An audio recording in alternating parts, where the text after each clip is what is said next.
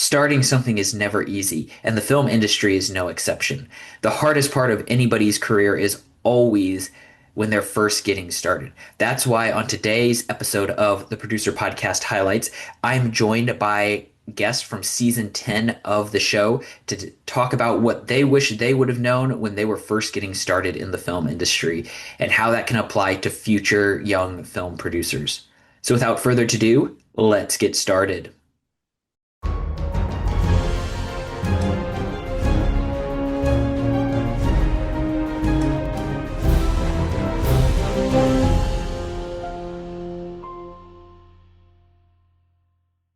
Kicking things off today, I'm joined by producer Justin Tolley.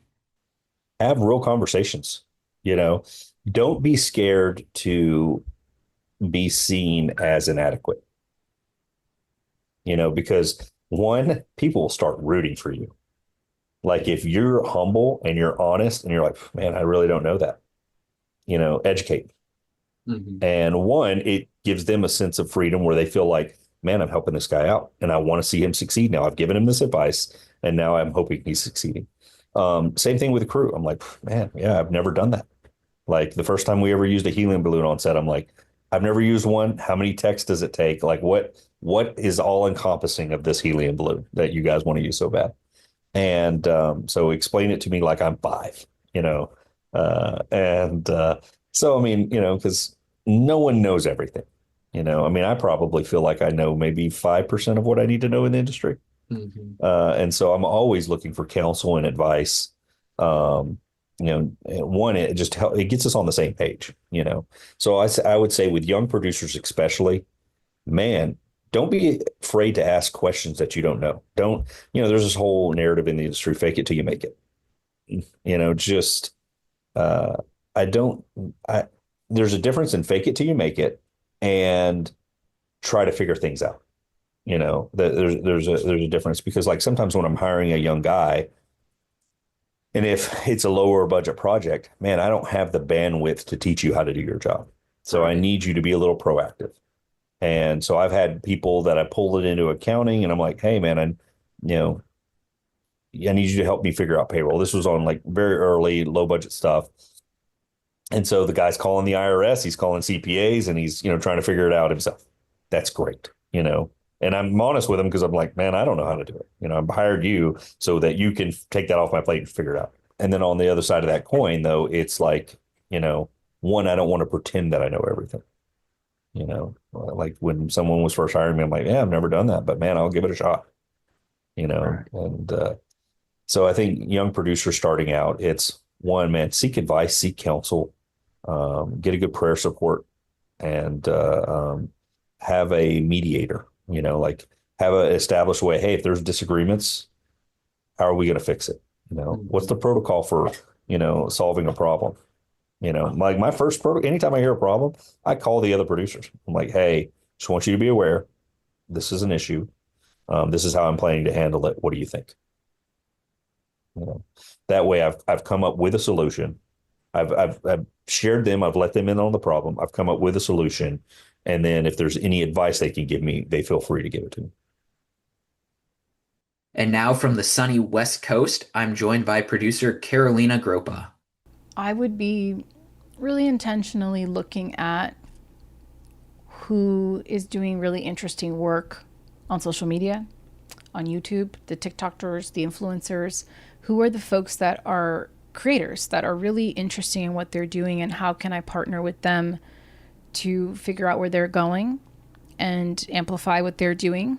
And then if they have ambitions to get into long form, how do we make that leap in a way that makes sense? But I think having a finger on the pulse of like where the attention economy is right now is super important. So if I was like in my 20s starting, that's where I would be looking. But while simultaneously trying to find my own inroads into how do I break into the more traditional narrative storytelling format. That again, that's why I'm here. That's what I'm motivated by. I still believe in that aspect of storytelling. I don't think we're going to become just watching, movies on TikTok in 2-minute increments. I do think there's something sacred about that experience that will never cease to exist. To what extent and the volume of which I don't know, but I really believe in that. And so that's what I would be looking is like finding what is like sort of front and center, but where are the cracks in the system of how I can like find my own inroad into that and be strategic about it. That's what I would be doing.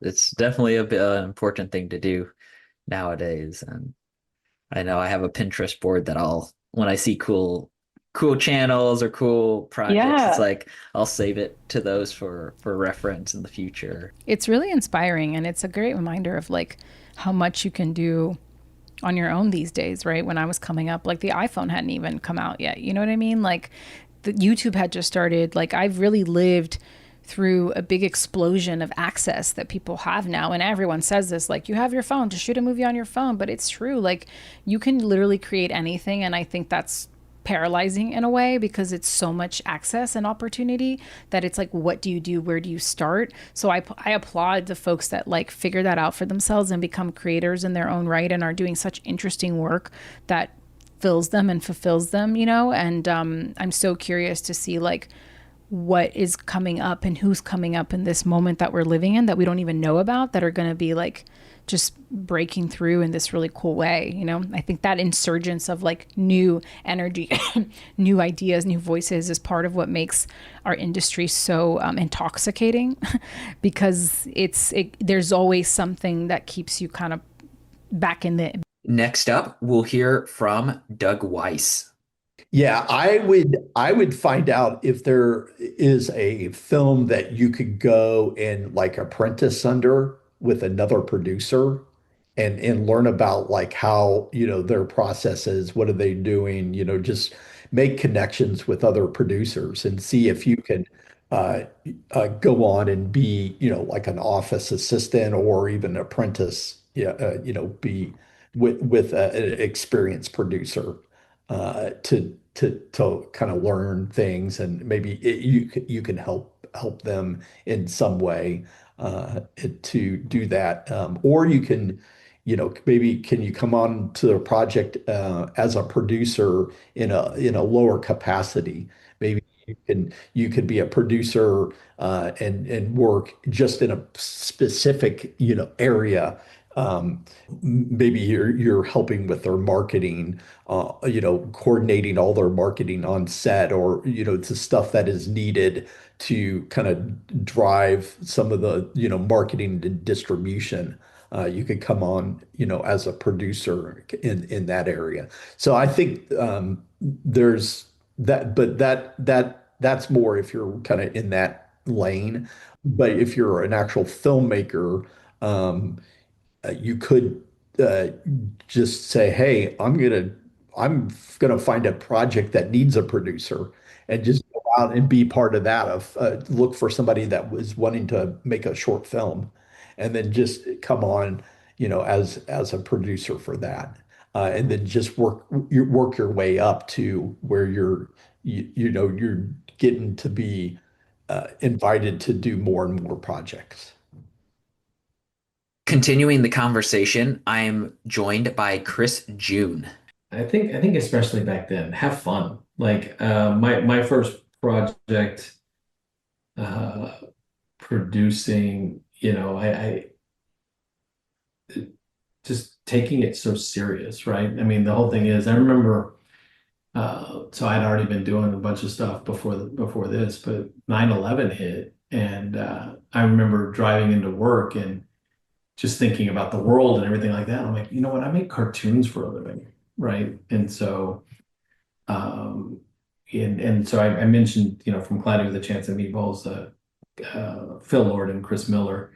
Um, I feel like they taught me what an animation studio should be. Like you should be having fun and enjoy it. I think if you're going to work in film in general, like I think or it's a creative space, we're very blessed to be able to do this. So I think enjoy it and not only just for yourself, but appreciate everybody around you, right? And get everybody to kind of enjoy it. Because again, it's to be able to do something you love and make money at it. It's just not worth it if you're not having a good time. Next up, I'm joined by producer Steve Barnett. The great thing about our world today compared to when I came up is and I did a version of this. It just wasn't there just wasn't as much information available as Hmm. there is now. But you have to be obsessed about the creative process of making films, but also the business side of making films.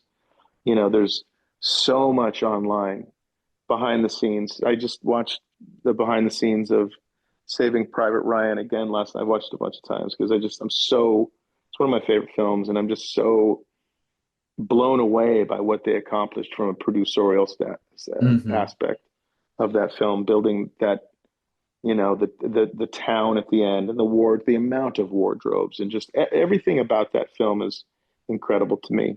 And the good news is it's just a click away. You can see what they did. You can learn how it's done from the greatest filmmakers of all time. These master classes that Scorsese does, and Aaron Sorkin talks a lot about his process and what he's done. There's so much out there that you can get educated by and excited by. So I would just say be completely insatiable when it comes to taking in information, taking in um, what the greats are willing to share about how it's made and how things are done.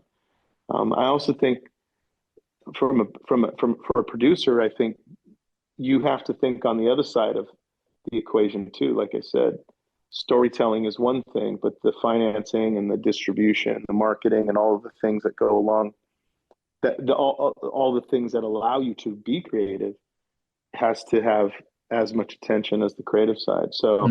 and again, there's a ton of information out there about that. All you have to do is go on deadline.com and read articles about projects that are in production or being picked up at film festivals, or tax credits that are being offered and or modified, changed, or even canceled. Like, read about the business of the business.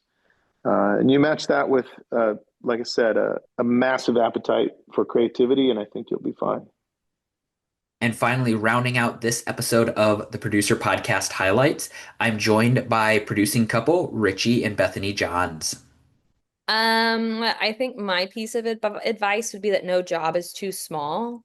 It's really, really important as a producer to have a basic understanding of every aspect of the project. You have to be able to communicate with your crew, and in order to do that, you have to know their jobs. But also understanding that like you as the producer are not above anybody else. We had a location on Still Hope where my art team got there and they called me and they said, "Hey, Bethany, there's a dead cat on this porch. What am I supposed to do with it?" And I thought it would be something that the owner would take care of, and they wouldn't. And so I got trash bags and paper towels and I cleaned up the dead cat, like, because it was something that needed to be done. And so I think if my advice, like to anybody who wants to get into this space, is that like no job is too small and you're not above doing any sort of work. Especially for smaller projects. If you have to clean a toilet, you have to clean a toilet. That is your job as a producer.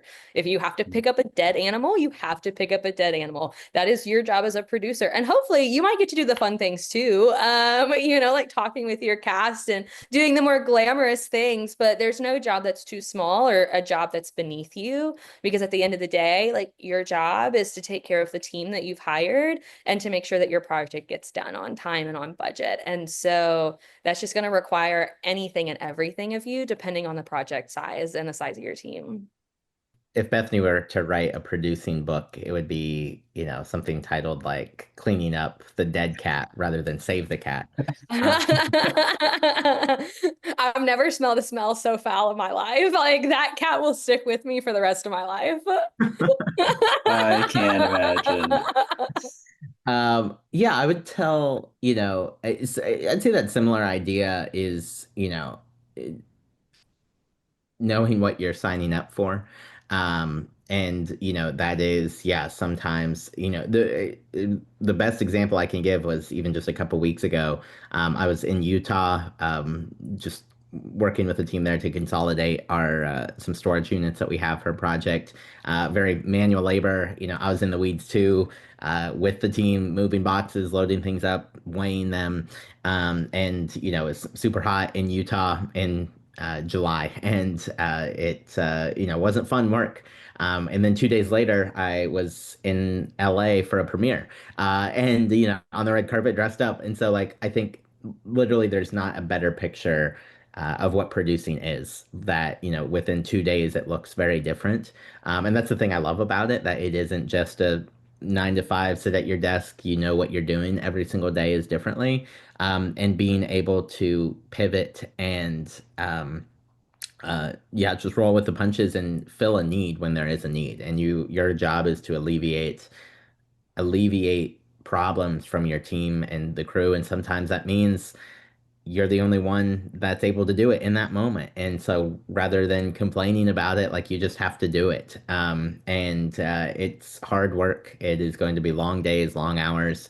But there's nothing else I'd rather be doing. And for me, that was modeled very early on.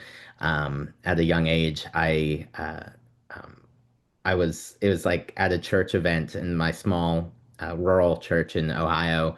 And it was like one evening, and I saw my pastor, and he was, was cleaning up from the event. And I think we were on the porch, and he was walking out, and he was, carrying trash bags. And I was like a kid, I was super young. I was like, I didn't know pastors took out the trash.